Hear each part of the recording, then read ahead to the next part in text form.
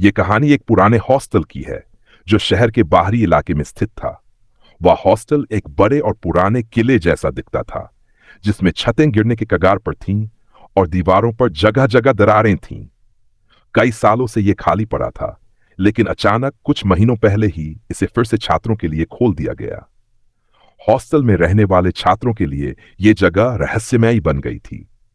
रात के समय अक्सर अजीब आवाजें आती थीं, जैसे कि किसी के पैर चलने की आवाज या कोई खिड़की खोलने और बंद करने की आवाज। एक रात कुछ छात्र एक साथ बैठकर यह तय करते हैं कि वे इन आवाजों का रहस्य जानने के लिए रात में हॉस्टल की पुरानी मंजिल पर जाएंगे।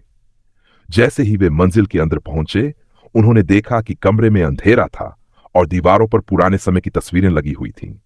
अचानक उन्हें एक पुरानी अलमारी के पास एक घबराई हुई आवाज सुनाई दी। एक छात्र ने हिम्मत दिखाते हुए अलमारी खोल दी और उसके भीतर से एक पुराना कागज गिरा।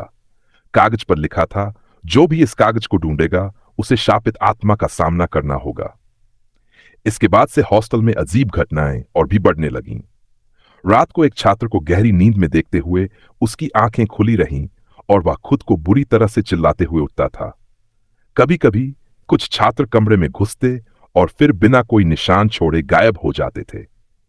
अंत में एक छात्र ने उस कागज का रहस्य सुलझाया।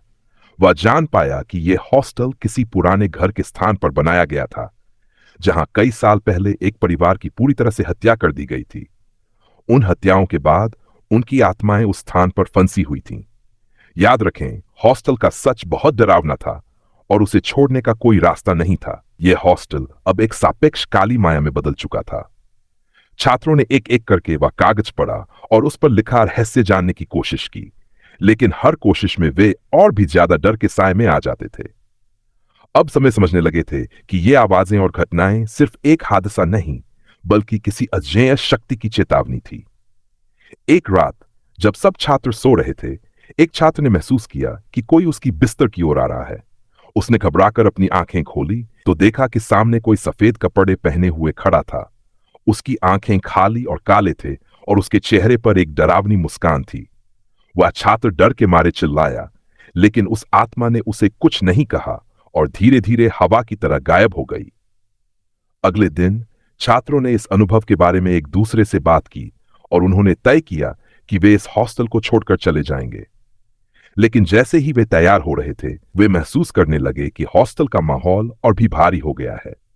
दरवाजे बंद हो गए थे, खिड़कियां चपकने लगी थीं और एक अजीब सी ठंडी हवा चलने लगी थी, जैसे कुछ उनके पास आ रहा हो। तभी एक छात्र ने ध्यान दिया कि हॉस्टल के हर कोने में एक अजीब सी खामोशी थी। वे सब किसी तरह अपने सामान इकट्ठा कर रहे थे, लेकिन एक एक करके कुछ छात्र गायब होने लगे। पहले एक, फिर दूसरा, और जल्द ही किसी ने उन्हें देखा नहीं। सबके चेहरे पर डर था, लेकिन किसी को यह समझ में नहीं आया कि वे कहां गए। आखिरकार एक दिन पुलिस आई, लेकिन उन्होंने भी कोई सुराग नहीं पाया। हॉस्टल अब खंडहर में बदल चुका था और किसी को उस जगह के बारे में पूछने की हिम्मत नहीं हुई। फिर भी कई लोग आज भी कहते हैं कि रात के समय उस पुराने हॉस्टल के पास से गुजरते हुए एक अजीब सी हलचल सुनाई देती है। जो लोग भी पास जाते हैं, उनके दिलों में एक अजीब सा डर समा जाता है और कई बार किसी के पास से ये आवाजें आती हैं, ये जगह कभी नहीं छोड़ सकती। और यहीं से वह हॉस्टल अब एक और कहानी बनकर रह गई, जिसे लोग डर डर कर सुनते हैं। महीनों बाद उस हॉस्टल के पास से गुजरने वाले लोगों ने एक और अजीब घटना देखी। एक रात एक युवक अपनी मोटरसाइकिल पर वहां से गुजर रहा था। उसे लगा कि हॉस्टल की खिड़कियों से कुछ हलचल हो रही है, जैसे कोई अंदर हो। वह रुका और थोड़ी देर तक देखा, लेकिन उसे कुछ भी साफ दिखाई नहीं दिया। तभी अचानक उसने देखा कि एक खिड़की से कोई आकृति झांक रही है। वह आकृति धीरे धीरे बाहर आ रही थी, लेकिन वह बिल्कुल पारदर्शी थी, जैसे कोई भूतिया छाया हो। युवक डर के मारे पीछे मुड़ा और अपनी मोटरसाइकिल स्टार्ट की, लेकिन जैसे ही उसने हॉस्टल से थोड़ा दूर जाने की कोशिश की, मोटरसाइकिल रुक गई। उसने बार बार उसे स्टार्ट किया, लेकिन हर बार वह फिर से बंद हो जाती। वह डर के मारे कांप रहा था। तभी उसने देखा कि वही पारदर्शी आकृति उसके सामने आ खड़ी हुई थी। यह वही भूतिया आत्मा थी जो पहले छात्रों के साथ खेल चुकी थी। उसने चिल्लाकर मदद मांगी, लेकिन कोई नहीं आया। उसी समय आकृति ने एक डरावनी हंसी के साथ कहा, तुमने हमारी मुसीबत का मजाक उड़ाया था, अब तुम हमारी तरह बनोगे। वह युवक अचानक गिर पड़ा और बेहोश हो गया। जब होश आया तो वह पाया कि वही हॉस्टल के अंदर था जहां वह पहले कभी नहीं गया था। वह देख सकता था कि चारों ओर पुरानी खंडहर जैसी दीवारें थीं और कमरे में किसी की आवाजें आ रही थीं, लेकिन किसी को वह देख नहीं सकता था। उसने देखा कि दूसरे छात्र भी उसी स्थिति में थे जो उसी हॉस्टल में बंद थे। वे सब धीरे धीरे अदृश्य हो रहे थे, जैसे कोई अजीब शक्ति उन्हें खींच रही हो। वह युवक समझ चुका था कि इस जगह में बसने वाले सभी लोग या तो गायब हो गए थे या फिर उन्हीं आत्माओं में बदल चुके थे जो इस हॉस्टल के शापित इतिहास का हिस्सा बन गए थे। वह अब किसी तरह उस अंधेरे और खौफनाक जगह से निकलने की कोशिश करता है, लेकिन बार बार वह वापस उसी कमरे में पहुंच जाता। उसे यह समझ में आया कि यह एक ऐसा पिंजरा था जिसमें कोई भी फंसा हो, वह कभी बाहर नहीं जा सकता। आखिरकार वह युवक भी उसी रहस्यमयी शापित आत्मा का हिस्सा बन गया और अब हर रात जब लोग उस खाली हॉस्टल के पास से गुजरते हैं तो किसी को उसके अजीब चेहरे और आवाजें सुनाई देती हैं जो उन्हें उस भयावह रात की याद दिलाती हैं जब वे भी उस शापित जगह में खो गए थे। और यह कहानी अब एक और चेतावनी बन गई थी। जो इस हॉस्टल में आएगा वह कभी बाहर नहीं जाएगा। कुछ सालों बाद एक नई पीढ़ी के छात्र उस पुराने हॉस्टल के बारे में सुनने लगे। अब वह जगह पूरी तरह से खंडहर बन चुकी थी, लेकिन शहर के लोग उस पर अजीब और डरावनी कहानियां सुनाते थे। उन कहानियों में किसी को भी यह बताने की हिम्मत नहीं हुई कि अंदर क्या हुआ था, लेकिन कुछ साहसी छात्रों को यह सब एक चुनौती लगने लगा।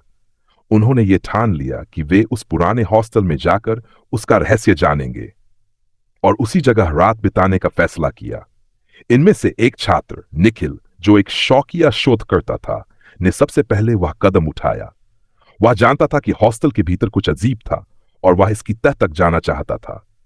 निखिल ने अपने दोस्तों को मनाया और वे सब एक रात हॉस्टल की ओर रवाना हो गए। जैसे ही वे हॉस्टल के पास पहुंचे, एक अजीब सी खामोशी चारों ओर छा गई। हवा में ठंडक थी और माहौल बेहद दबावपूर्ण था, लेकिन निखिल ने डर को नजरअंदाज करते हुए हॉस्टल के अंदर कदम रखा।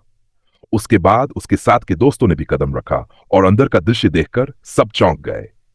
दीवारों पर पुराने खून के धब्बे थे, खिड़कियां टूट चुकी थीं और फर्श पर लकड़ी की पुरानी आवाजें आ रही थीं। वे एक पुराने खंभे की ओर बढ़े जिस पर कुछ रहस्यमय प्रतीक बने हुए थे। तभी अचानक कमरे के अंदर अजीब सी आवाजें आईं। किसी ने कहा, तुम नहीं बच सकते, तुम भी अब हमारी तरह हो। निखिल ने सोचा कि यह बस उनकी कल्पना हो सकती है, लेकिन जैसे ही वे अंदर की ओर बढ़े, दीवारों पर उकेरे गए नाम चमकने लगे। वह नाम जो अब तक किसी को समझ नहीं आया था, वो नाम अचानक निखिल के सामने उभर आए। उनमें से एक नाम था राजवर्धन, जो बहुत पहले उस हॉस्टल में रह चुका था और गायब हो गया था। फिर वही पारदर्शी आकृति जो पहले से कई लोगों के सामने आ चुकी थी, एक बार फिर उनके सामने प्रकट हुई। इस बार वह और भी भयावह और खौफनाक दिख रही थी। उसकी आंखों से खून रिस रहा था और चेहरे पर घृणा की मुस्कान थी। वह बोली, तुम सब यहां हो, अब तुम्हारी आत्माएं भी हमारी तरह हैं। निखिल और उसके दोस्तों ने भागने की कोशिश की, लेकिन जैसे ही वे बाहर निकलने की कोशिश करते, वह अजीब सी शक्ति उन्हें खींचकर फिर से उसी कमरे में वापस लाती। अब वे सब समझ गए थे कि यह सिर्फ एक डर नहीं था, बल्कि एक शाप था जो हॉस्टल में आकर सजा पाने वाले सभी को अपनी जकड़ में ले लेता था। अंत में जब पुलिस आई और हॉस्टल का निरीक्षण किया, तो उन्होंने वहां कोई भी छात्र नहीं पाया। हॉस्टल की दीवारों पर एक और नाम उकेरा गया था, निखिल और उसके साथी, जो उस डरावनी जगह का हिस्सा बन चुके थे। अब यह हॉस्टल पूरी तरह से एक काले इतिहास की कड़ी बन चुका था और जो भी वहां जाता था उसकी किस्मत भी उसी भयावह शाप से जुड़ जाती थी। लोग कहते हैं कि अगर आप रात के समय उस पुराने हॉस्टल के पास से गुजरें तो कभी कभी आप एक हल्की सी आवाज सुन सकते हैं, जैसे कोई पुकार रहा हो। तुमने हमारा रहस्य जानने की कोशिश की, अब तुम्हें हमारी तरह बनना होगा। और फिर से यह डरावनी कहानी एक और चेतावनी बन गई, जो कहती थी, हॉस्टल में कभी मत आओ, क्योंकि यहां से कोई भी वापस नहीं आता।